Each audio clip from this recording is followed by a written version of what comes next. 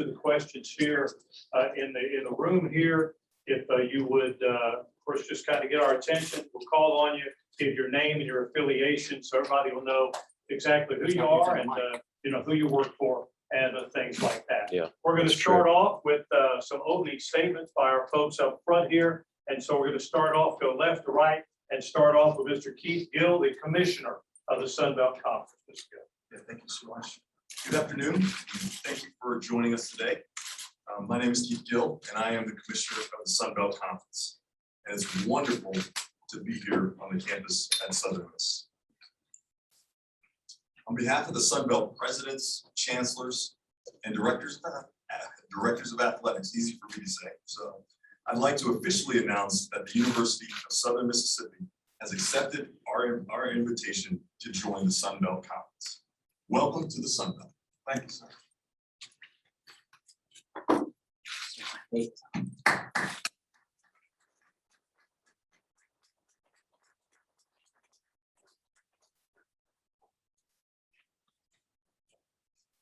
Appreciate all of you joining us here today in Hattiesburg, as well as those joining us virtually via Zoom, as we celebrate this wonderful occasion. I want to thank our university CEOs, and particularly the president of the Sun Belt Conference, Dr. Kelly Damphousse, president of Arkansas State, as well as our athletic directors for their leadership as we continue through the process of adding new members. When national realignment discussions began, our goal was to only add a school if it added value to our conference. And Southern Mississippi certainly does that. Hattiesburg clearly fits perfectly into the Sun Belt footprint, which expands from the Carolinas to Texas. Plus, Southern Mississippi mirrors our conference athletics and academic missions. We take pride in the fact that all of our members focus on the academic and personal development of our students. We are in the education business after all, and our most important responsibility is to support the health and academic, competitive, and personal development of our students.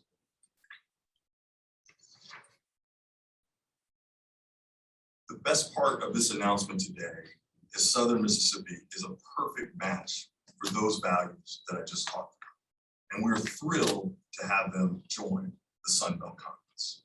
I'd like to add here how proud I am of the unprecedented success of our program, that our programs have achieved in the last year. Could not be prouder of all the Sun Belt student athletes, coaches, staff, and administrators for their commitment to all of our sports programs. 2020 was a breakout year for the Sun Belt Conference. We're the only non-A5 conference with 2 of our teams ranked in the final college football playoff rankings, and our postseason accomplishments support this narrative of success. We are proud that the Sun Belt leads the FBS for winning 70% of our bowl games in the last 5 years. So the Sun Belt has many strengths to celebrate, and today we're that much stronger with the addition of Southern Mississippi as our newest. It's a great day for the Sun Belt. It's a great day for Southern Mississippi. We welcome all of you to the Sun Belt Conference. Go Golden Eagles, and we're looking forward to having you in our family. So thank you very much. Thank you, Commissioner.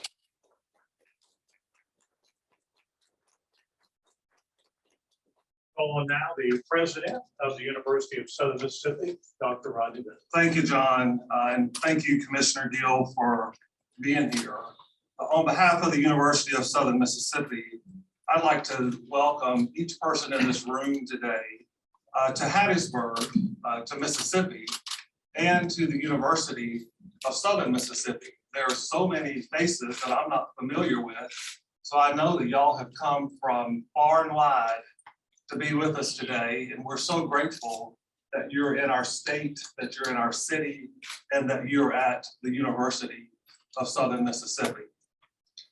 The University of Southern Mississippi, as mentioned before, has accepted the invitation to join the Sun Belt Conference effective on the 1st of July, 2023.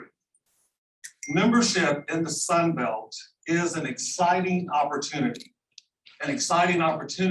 for our university, an exciting opportunity for our student athletes, an exciting opportunity for our alumni and fans, and an exciting opportunity for the university's host communities. I believe without a doubt that this move will allow our student athletes to compete in what is fast becoming the best group of 5 conference in the country. And we will also provide greater visibility for the university's championship athletics programs.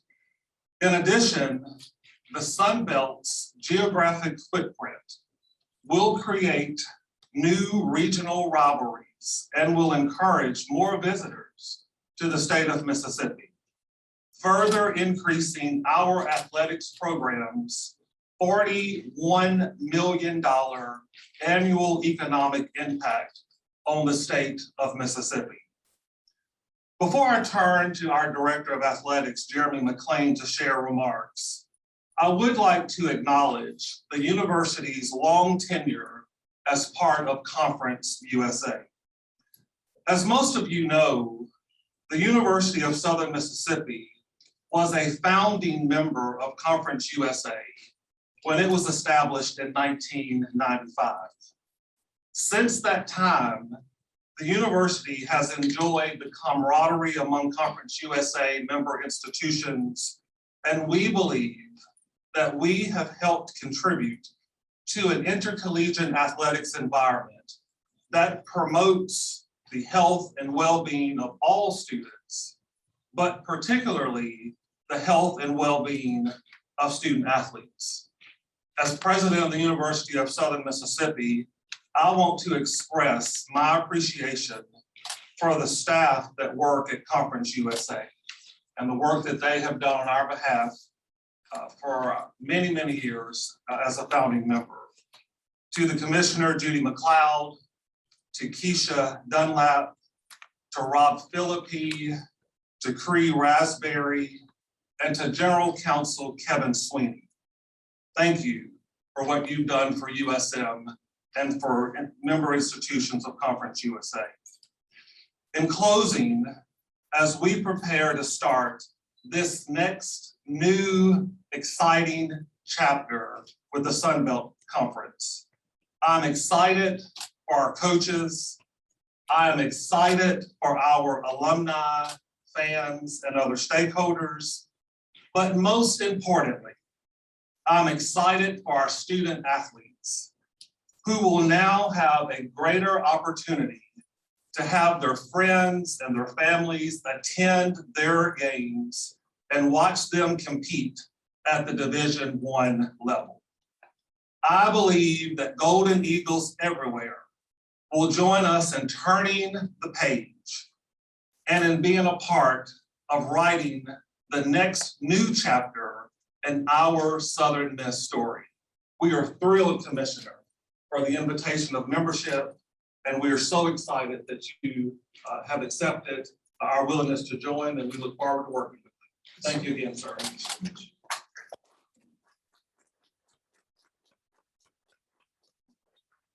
Calling now our Director of Athletics, Jeremy McClain. Jeremy? Thank you, John. Today is a great day for Southern Miss. We're extremely excited to become members of the Sun Belt Conference. I want to thank Commissioner Gill. I want to thank the CEOs within the Sun Belt, and want to thank the AD group in the Sun Belt. I know there were a lot of people behind closed doors over the past weeks and maybe even months advocating for Southern Miss as a strong candidate to be a Sun Belt member. So I'm very thankful for them and obviously thankful for the invitation to join Commissioner Gill. Also want to thank Dr. Bennett. I really appreciate his leadership during this process. You know, his willingness to listen, to talk through things, to be very thorough, to help me think through things. We would not be in the spot without his guidance, counsel, and his support. So thank you, Dr. Bennett. And we're excited about this opportunity for many reasons. You know, this move allows us to join what I believe is one of the most competitive group of 5 conferences in the country. We're going to be able to create regional rivalries and reduce travel for our student athletes. We're also going to be able to allow our fans to travel. We have a very passionate fan base, and they're going to have some great opportunities to help fill up stadiums throughout the Sun Belt. And I'm very excited about that for them and for our student athletes. And then this gives us an opportunity, I think, for greater exposure for our programs. From a media standpoint, from a television standpoint, I think we're going to be able to be on a stage we want to be on. And that is obviously a national stage. You know, I was able to watch this league grow during my time at Troy. I probably have a unique perspective in this case where I was in the league for 4 years and really was able to continue to watch the Sun Belt make really good decisions over the course of the past decade and grow into, like what I said before, one of the best Group of 5 conferences in the country. And I think there's a lot of people who need to be commended for that. Commissioner Gill, for sure, his staff, CEOs, former Commissioner Carl Benson. There were a lot of key decisions along the way that positioned the Sun Belt in a way in where they are today. And so we feel like this is a wonderful fit on both sides. And we look forward to soon competing in the Sun Belt and helping to continue to elevate the conference and our programs on that national stage. So today's a great day. Commissioner Gill, thank you so much.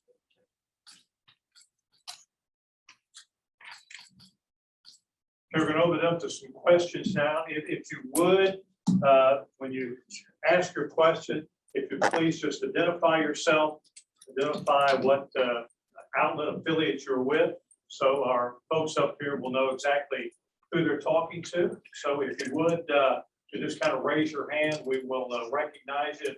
We'll get started. Okay, go ahead. Future Pine Belt Sports. Jeremy, I guess the question I want to know, when did this begin and what was the process like having to make this move? You know, it happened pretty quickly as these things tend to happen.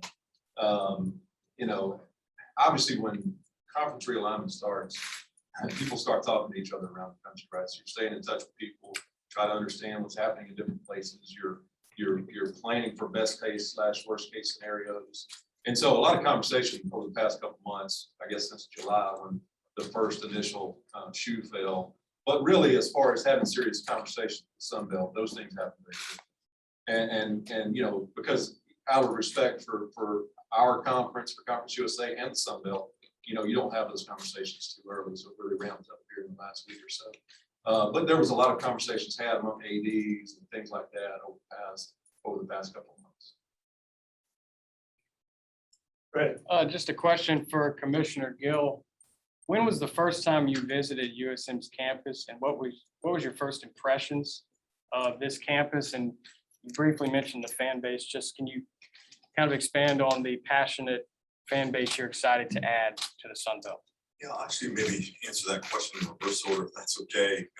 Well, I guess I'll end up answering both ways. The first time I was here on campus was when Troy visited. So I came to see Troy, member of the Sun Belt Conference play. And the thing that I was really struck by was there was a tremendous storm that, you know, kind of hit maybe 45 minutes before that game started. And then obviously everyone scattered. And when kickoff happened, the place was pretty full, you know, and in my head I was like, well, I would have gone home if I were the commissioner. So right then, that was my first kind of indication, you know, certainly visually with the fan base. And I grew up and certainly understand who Florida, I was a Florida State fan growing up in Florida, certainly know, you know, some of the victories that Southern Miss had over the Seminoles when I was a kid and broke my heart. So I've certainly been aware of, you know, of the tradition and of the fan base. Fan bases are important. I mean, I think that one of the reasons that Southern Miss rose to the top was because of the passionate fan base. We want to make sure that, one, that we are growing the atmosphere at our games and try to make sure those are full as possible. And also making sure that fans have a chance to go. So, but the first time I was on campus was for the Troy Southern Miss football game this year. And I thought the campus was beautiful. You know, you turn right in, there's a beautiful dome kind of building that you kind of see when you first walk in. I thought the brick architecture was great. And also seeing the football kind of facility in the stadium, I thought was impressive as well. So. Okay.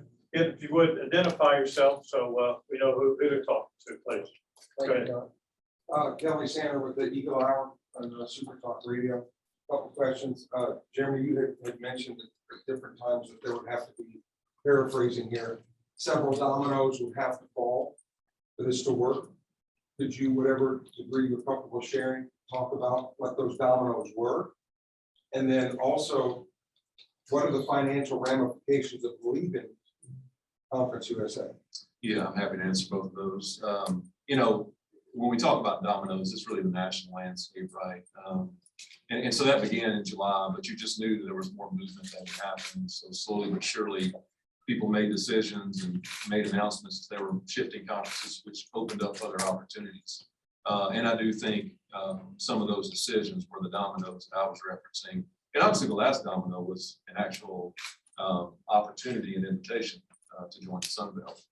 And then from a standpoint of the financial piece of that, the bylaws state that, you know, an exit fee constitutes 2 years worth of revenue distribution. So we estimate that to be in the $3 million range. And we have a plan to address that over the next couple of years. Go ahead. Stan Caldwell, so Darrell. Jerry, can you address what this means, sort of TV coverage goes to TV footprint for Yeah, I'm happy to take a shot at it, Commissioner. You jump in here and correct me where I make a mistake. Sun Belt Conference has an agreement with ESPN, which obviously X number of home games, or excuse me, X number of games on television throughout the year. Some of those are midweek. I do know from my time in the league, the conference office does a great job of trying to balance midweek games from a home game standpoint. You know, and try to make sure that they're playing Saturdays to play as well. But so not only is the opportunity there to be on the national stage, whether it be midweek, whether it be on the weekend, but also from a streaming standpoint, which quite frankly is where our industry is headed. The ESPN platform and having one platform for people to go and find our games. And so that goes well beyond football and basketball, obviously baseball, volleyball, soccer, softball, you name it. There's a great opportunity to have a consistent product that can be easily accessed and be able to put a high quality product out there. And we've been working hard the last couple of years. Lee Field, Brad Smith are in this room. They've done a great job. We built out a studio, a production space where we can stream games at a very, very high level. And so this opportunity from an ESPN app standpoint, ESPN Plus, ESPN3, we're prepared for that. And I think it's going to really pay dividends for us. So Commissioner, anything you want to add to that? You know, I would just add that ESPN's a pretty tremendous partner. You know, a lot of reach, and college football obviously is something they promote in a big way. And if you think about last year for us in Sun Belt, you know, we generated probably about $261 million worth of kind of in value just through impressions and those kinds of things. And that's an important part of how we build up. So I think that, you know, having Southern Miss as part of that, particularly what they bring to the table, is only going to enhance that for them and for us. Really important part of this picture. Andrew, go ahead. Jerry, in the past year, you guys, every sport have played Sun Belt teams in the non-conference matchup. How do you trying to fill that gap now? I mean, you trying to keep the relationship, I guess, with CUSA and the future AAC teams, or do you look elsewhere? Yeah, no, I think so. I think the inventory, quote unquote, kind of shifts. And I, you know, was talking to, matter of fact, I had a conversation with a former Conference USA team that's going to move to the American about that today. They called about something else, but just really said, hey, we need to figure out how to continue to schedule games. And so I think it's just a shifting of, again, quote unquote, inventory for us. Hopefully we'll, you know, our plan will still be to schedule regionally and, you know, and we're playing opportunities. I think. Okay, go ahead. Make sure to introduce yourself. So, Jeff Hager with WXXV. I guess with any big decision, you probably have a list of pros and cons. Was there anything that made it a hard decision, but then at the end of the day, any conversation or just any overwhelming thing that made this the right time and the right thing to do for you guys?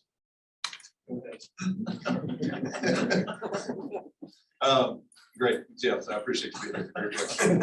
I'm doing So, good. yeah. I haven't said I thought maybe it was getting me in trouble. I thought maybe he was looking at you, so. You know, Jeff, great question. I think anytime you kind of get in the middle of this process, I guess I can't speak for everyone, myself, way I approach is that I'm careful about things. And I'm kind of always looking for a landmine or an issue that could create some real challenges for us. The thing here that is really, I've been blown away with is that we couldn't find that. And I don't say that lightly, but it made a lot of sense geographically. It made a lot of sense for our fan base, made a lot of sense for our student athletes. You know, as I talked to our coaches, they were all really, really excited about the potential. As I talked to some of our key donors and board members, they were all really excited about the opportunity.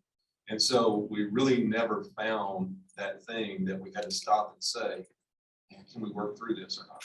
And for me, that was just kind of affirmation that this was exactly what we needed to do. Go ahead, Andrew. For Mr. Bill. I don't know how much you can answer on this question, but it's safe to say that you guys are at least not done exploring expanding the conference. It is safe to say that we're not done. Exploring the span of the conference. Any timetable? No timetable. We certainly don't want to put ourselves in a box, but we're having active conversations now. It's, you know, more announcements I would suspect of companies. Who else is being invited? You know, who else is coming to the conference besides you? Or are you not at liberty to say that? That might get me in trouble. You know, it's out of the way. President was talking about saying things not getting in trouble. I want to make sure I say things that, or don't say things that get me in trouble. So I will refrain from answering that. Go ahead, Andrew. Gary, I know you kind of touched on this already, but how much easier was this process for you being a former Sunbelt AD? That just, it's not like you had to introduce yourself to everybody. I think you kind of knew everyone in the room. Yeah, I think it did. It probably was easier for me just because I knew the lay of the land, I understood a lot of the positives, understood what could have been challenges that maybe the league has overcome over the last 3 or 4 years. But I'll say that Southern Miss didn't need me to prop it up. Southern Miss can stand on its own 2 feet, and the tradition, the history, the fan base, what's happening on this campus, not just athletically, but what's happening across this campus, I think speaks for itself. So did it make the process easier on me? Probably so. And I think there were people in the room that advocated for us because they knew this place. They knew probably from me all positives, but I don't think Southern Miss needed my help. Did you perceive this happening when you first got hired? No, I mean, I don't know that it was, you know, my focus was on Southern Miss and the current conference, but so I don't know that I had any, you know, grand ideas that this would happen down the road. Did I think that geographically it probably made sense? Yeah, I mean, I think that's a conversation a lot of us have had around the country about geography for a long time, but you know, didn't really think didn't know we'd be sitting here. You know, just on that point more broadly, our work at the university is about creating opportunities for our students, for our faculty, for our staff. So when we began this journey almost 9 years or so ago, our work has been about positioning the university for opportunities, Commissioner, just like this, so that people would see the value in a Southern Miss and be excited about a Southern Miss. So when you think about what our work is about, it's about our students for the rest of their lives having opportunities to be able to pick and choose what they want to do and what they want to invest in, how they want to impact their community. And so the university is a part of that. So yes, I knew 8 or 9 years ago when I came here that we were positioning ourselves for these types of opportunities. We want to be ready when that opportunity presented itself. Kelly. Thank you, John. Commissioners, this is for you. Regardless of what happens to, for example, the AAC and Conference USA, as a person who would negotiate future contracts for the Sun Belt, what would you anticipate the economic impact to be with the strengthening of your conference with Southern Miss and Marshall, for example, some of the other schools? What might be what do you foresee the economic impact to be going forward in contract renegotiations with ESPN, for example? I think that, first of all, I think that our presidents and chancellors and our ADs have been really focusing on making our conference better. And our conference got better today, you know, and I think anytime that happens, then that puts yourself into advantage to take advantage of opportunities, like President Bennett just said. So I think everything is gonna be favorable. You know, I feel like, you know, the addition of Southern Miss, we couldn't ask for a better partner in a better location with a better fan base and better tradition than a university like Southern Mississippi. And so we're so excited that, you know, that is kind of the first kind of piece of this puzzle as we continue to improve ourselves. So I think it'll be positive. I think it'll be really good. And I certainly look forward to the future of the Sun Belt as we're kind of moving forward with some of these. And when does the current contract expire? 2031. Thank you. Got a couple here from the computer. Commissioner, I think this is for you. With the Sun Belt lineup not changing, do you believe that has led to the growth of the Sun Belt? Yes, like I said before, I think we got better. You know, I think the first thing that we wanted to do when we started this was maintain our core. So we got 10 football playing schools. And we wanted to make sure that we maintain those core groups just because they're a strong group. And we were really well positioned just with the members that we had. Then the second question that we asked ourselves is, are there folks that we can associate with who would make us better? And like I said, we got better today. And so I feel like we had a strong lineup and now we're getting stronger because we're sitting here in Hattiesburg and Southern Miss has agreed to join, and that's going to make us better. So yes, I feel like we were strong and we got strong. Jeremy, this is for you. Hunter Cloud from the Natchez Democrat.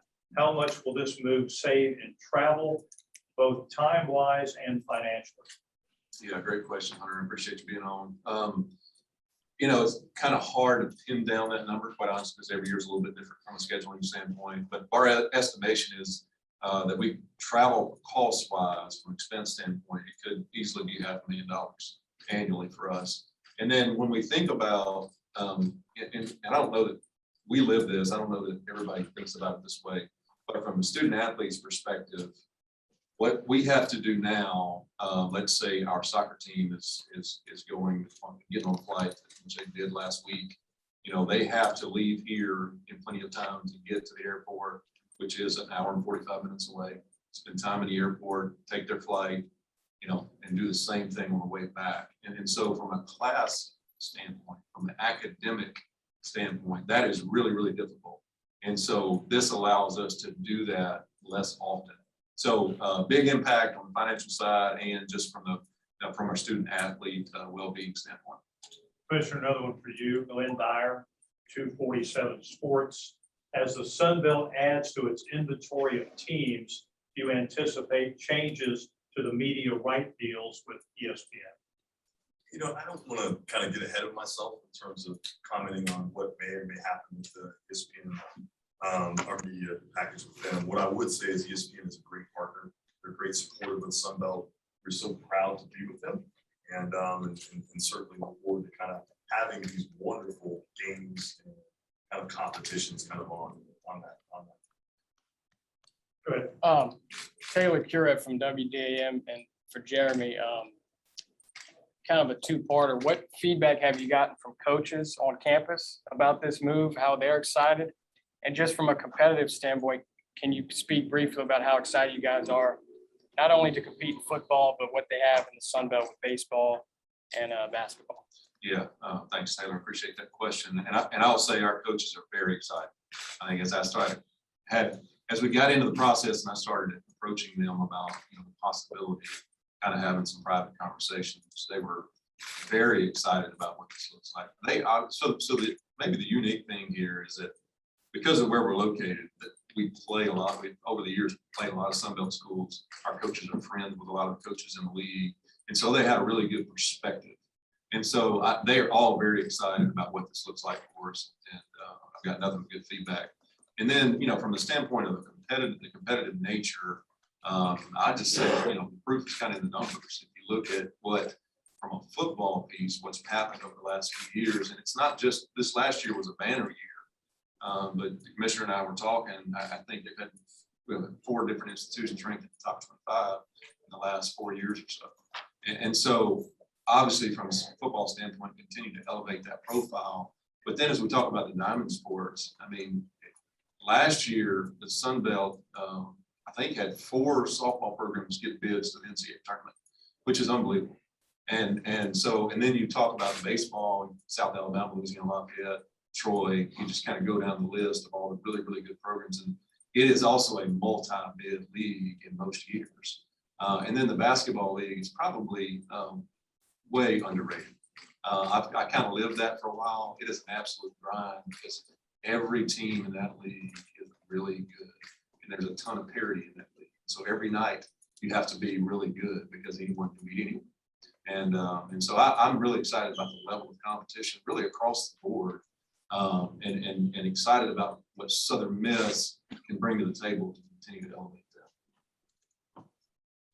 Jeff Hager, WXXD. When maybe back over the summer, you turn on the TV, you see Texas, Oklahoma, and in the back of your mind, maybe you're like, well, here we go.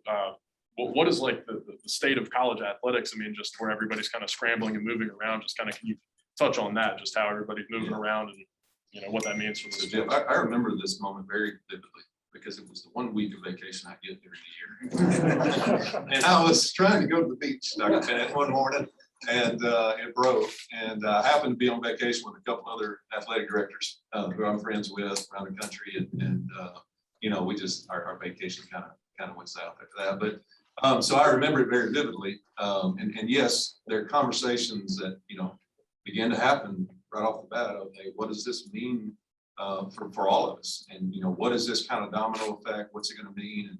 And so for Southern Miss, it was about how do we, and you guys have heard me say this many, many times, but how do we position ourselves in the best way possible and put Southern Miss in a great spot? But I think everyone's kind of been in that mode of you know, it's a little uneasiness, it's a little anxiousness, it's a lot of phone calls. And you know, I know last week I didn't get a lot of sleep and probably was on my phone, I don't know, 18 of the 24 hours of the day. And so, but that's really been, you know, kind of the consistent over the last few months. It's just a lot of conversation with a lot of unknowns. And it is an anxious time. And, you know, unfortunately, I think in this type of situation, some people are going to end up in really good spots and some people are not. And that's difficult. But, you know, at the same time, our focus has been on Southern Miss, trying to get us to the best place possible. Theo Mason with the Student Friends. I just had a question about the beach volleyball. It's not sponsored by the Sun Belt, so what's going to happen to that? Is it still sponsored by Conference USA? We'll see. I don't have the answer to that. That's a great question, and one we've asked and talked to our beach volleyball. The uniqueness of that obviously is that that's a conference that's really combined Sun Belt and Conference USA. We've got a lot of, I think 4 or 5 beach programs within the Sun Belt. So I would hope that remains kind of intact and we continue with that. Time will tell. We get this one. Chair, this is from Rick Cleveland, wants to know about exit fees. You can speak on that a little bit. Yeah, thanks, Rick. Appreciate you being on today. So we anticipate, the bylaws say that exit fees are made up of 2 years of distribution. And so for us, we anticipate that to be about $3 million over the next couple of years.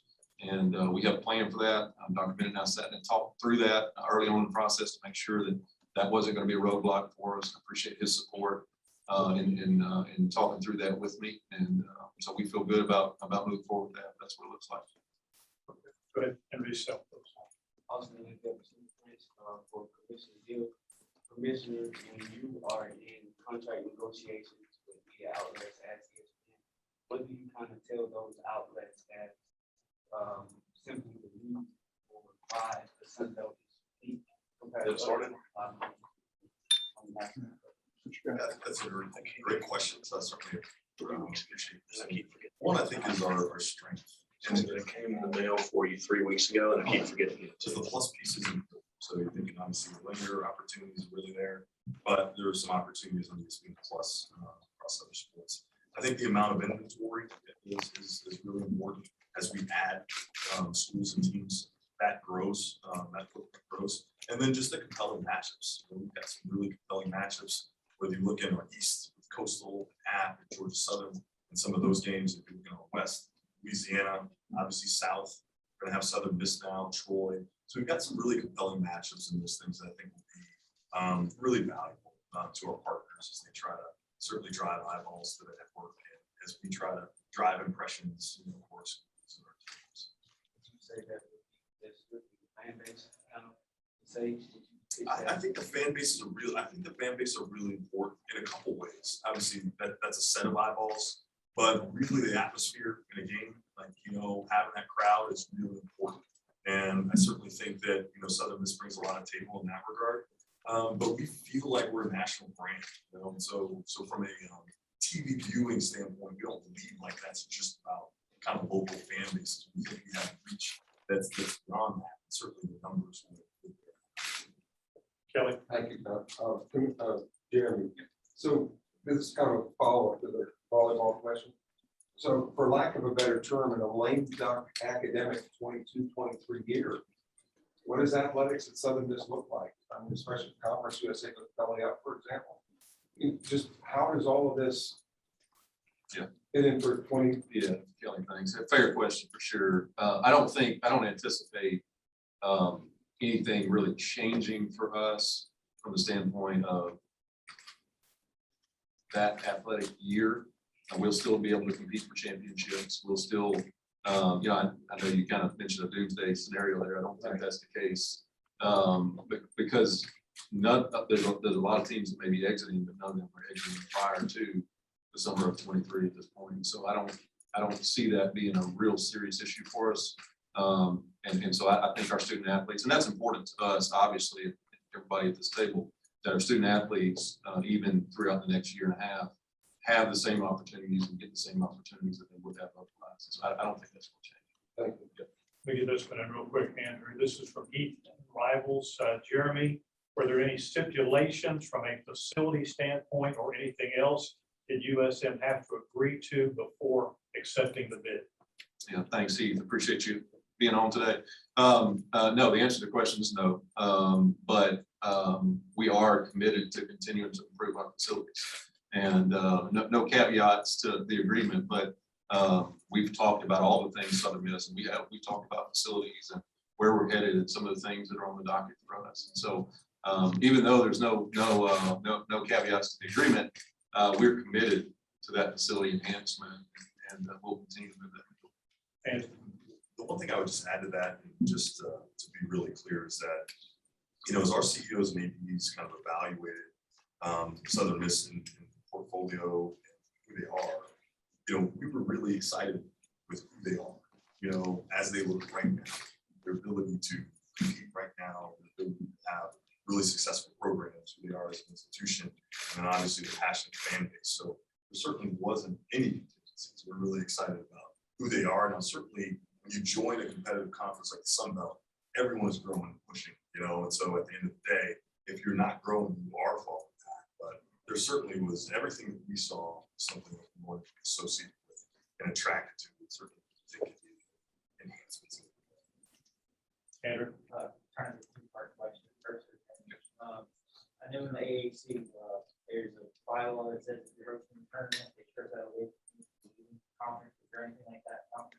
I don't, not off the top of the head that I know of, Andrew. I realize why you're asking the question, and it's a fair question.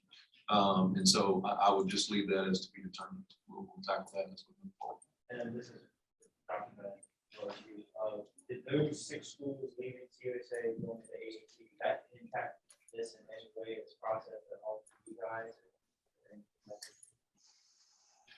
I'll say, you know, it was just another piece of the puzzle. It wasn't, hey, this is a deciding factor. It was just one of, 30 pieces to the puzzle of, okay, this is a decision these people made. And so now we're in a position to make a decision for ourselves. And so I wouldn't say it was a deciding factor, it was just kind of part of the process. This is for the Commissioner Gill. This is from Chris Danini from the Athletic. With school additions, could the Sun Belt grow to sponsor more sports like men's soccer? Yes, we stand committed. There was a question, so I guess I should say hello, Chris. Certainly, thanks for the question, and also, if there are opportunities for us to grow our sport offerings, we certainly will. We had a question about volleyball, and certainly consider that if that's necessary. Right, Tim? For Dr. Bennett, just 5 years down the road, big picture, how does this move impact the university as a whole? If you could just touch on that.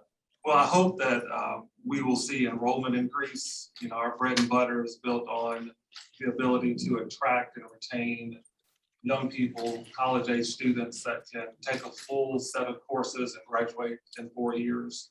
So I hope that we will continue to recruit students from across the Gulf South, obviously, and beyond. And I hope that at the end of 5 years that we would be able to invest in facility improvements for our sport programs, as Jeremy mentioned just a moment ago. I hope that we would be able to increase our Eagle Club membership and our Circle of Champions memberships so that more people are in the Rock enjoying a beautiful Saturday in South Mississippi, watching football and other sports that we offer. I see this as an extension to the university, really across the board. It's another awesome tool in our toolbox to provide high quality education and research to people in the state of Mississippi and across the Gulf South. Got time for a couple more questions. We'll get you, then one more. Okay, Commissioner Gill, just sort of a big picture question. Obviously, the SEC is expanding, the ACC and Pac-12 have talked about an alliance. How do you feel that affects Group of Five conferences, particularly in football? If you can kind of look in the crystal ball, how that may affect you guys and how the Sun Belt maybe is well positioned in your mind to sort of stay in that national conversation. I think we're well positioned just because of the quality of our brand and obviously the footprint that we have. Folks are passionate about athletics, particularly football, and certainly we do that pretty well in Sun Belt. So I think that's always going to allow us to be kind of well positioned and certainly in that conversation, kind of in the national landscape. And I think that all the different moves, because we're all interconnected in some pretty significant ways, and so a move by one conference certainly impacts all of us. But I think that as we grow, I think the regionalization kind of approach that we certainly are taking and our CEOs they kind of talk about is really an important thing. I think that brings strength to us. And then I think our quality brings strength to us. And I think that if you have a nice regional footprint, a good mix of quality sports with really good institutions that are academically focused, I think you're well positioned kind of for whatever change kind of Got time for one more. Anybody had an ask one? All right, Jeff, go ahead. For Commissioner Gill, how long has the process been with the elementary conversations were being had about, okay, maybe we might invite Southern Miss? I mean, how long was that process from point A to the invitation actually extended? I think, when you think about the process, it really did start when we all looked at our phones and saw the Texas and Oklahoma with the SEC. So I feel like that was around media days for us, so sometime in July, and kind of really working through the process and trying to understand, okay, what are the implications of that move? So I would say this process started in July, and for us, it's still not over. So we'll see when the music stops. Before we wrap up, Commissioner, I know you followed Southern Miss in some way, shape, or form throughout your career. Is there one Southern Miss moment that stands out in your mind, whether it be football, basketball, or baseball? Yeah, I can't remember what year it was. But I certainly feel like I was maybe in high school, junior high, and Southern Miss beat Florida State. 89. Okay, 89. And I'm a I grew up a Florida State fan, and so that was that was probably my biggest memory. And so, but now I'm pulling for more of that. Okay.